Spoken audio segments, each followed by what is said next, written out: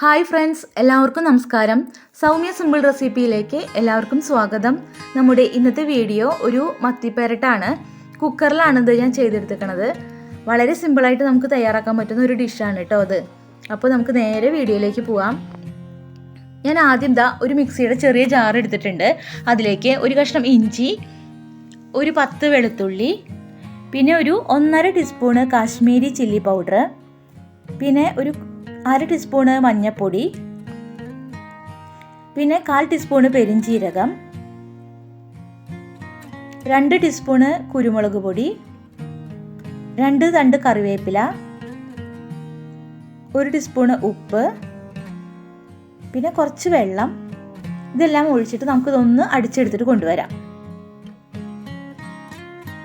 അതിനുശേഷം ഞാൻ ഇതിലേക്ക് 2 പച്ചമുളക് ഇട്ട് കൊടുക്കുകയാണ്. അതും കൂടി ചേർത്തിട്ട് നന്നായി അരച്ചു കൊടുന്ന് വെച്ചിട്ടുണ്ട് കേട്ടോ. ഇതേ ഞാനിവിടെ കുറച്ച് ഒരു 3/4 കിലോ മീൻ എടുത്ത് വെച്ചിട്ടുണ്ട്. അതിലേക്ക് ഞാൻ ഈ മസാല ഇട്ട് കൊടുക്കുകയാണ്. എന്നിട്ട് ഇത് നന്നായിട്ടൊന്ന് മിക്സ് ആക്കി വെക്കണം. ഇത് കണ്ട് എല്ലാം നന്നായി മിക്സ് ആക്കി വെച്ചിട്ടുണ്ട്. ഇനി ഇത് ഞാനൊരു അരമണിക്കൂർ ഞാനിതൊന്ന് ഇങ്ങനെ തന്നെ വെക്കുന്നുണ്ട് കേട്ടോ. റെസ്റ്റ് ചെയ്യാൻ വേണ്ടി വെക്കുന്നുണ്ട്.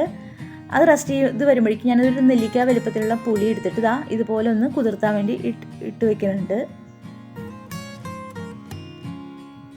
അതിനുശേഷം ഞാൻ 30 മിനിറ്റിന് ശേഷമാണ് ഇപ്പോൾ ഞാൻ ഈ ചെയ്യുന്നത്. ഞാനിതാ ഒരു കുക്കർ അടുപ്പത്ത് വെച്ചിട്ടുണ്ട്. ഈ കുക്കർ ഒന്ന് ചൂടായിട്ട് വരുമ്പോൾ ഞാനിതിലേക്ക് ഒരു 3 വലിയ ടീസ്പൂണിൽ വെളിച്ചെണ്ണ ഒഴിച്ചു കൊടുക്കുകയാണ് കേട്ടോ. അതിലേക്ക് ഒരു 10-15 ചെറിയ ഉള്ളി ഇതുപോലെ പൊടിപൊടിയായി അരിഞ്ഞത് ഇട്ട് കൊടുത്തിട്ടുണ്ട്.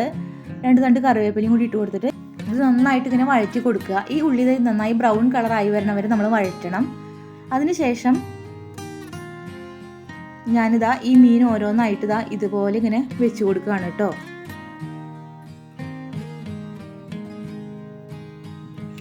എല്ലാ മീനും ഞാൻ അങ്ങനെ വെച്ച് കൊടുത്തിട്ടുണ്ട്.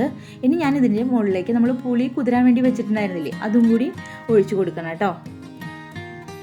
ഇനി ഞാനിത് കുക്കറൊന്ന് അടച്ചു വെച്ചിട്ട് ലോ ഫ്ലെയിമിനേക്കാൾ മീതെ എന്നാൽ മീഡിയത്തിലല്ല, ആ രീതിയിൽ ഫ്ലെയിം വെച്ചിട്ട് നമ്മൾ ഒരു വിസിൽ അടിക്കണം കുക്കർ. അതുവരെ ഒന്ന് വെയിറ്റ് ചെയ്യണം. ഒരു വിസിൽ അടിച്ചതിന് ശേഷം നമ്മൾ ആ പ്രഷറൊക്കെ പോയതിന് ശേഷം ഞാൻ തുറന്നു നോക്കിയതാണിത്. കണ്ടില്ലേ, പെർഫെക്റ്റ് ആയിട്ട് വന്നിട്ടുണ്ട്. ഇത്രയേ ഉള്ളൂ എന്താ പറയുക, മത്തി പുരട്ടിയത്. വളരെ സിമ്പിളായിട്ട് നമുക്ക് തയ്യാറാക്കാൻ പറ്റുന്ന ഒരു വിഭവമാണ് കേട്ടോ. വളരെ ടേസ്റ്റുമാണ്.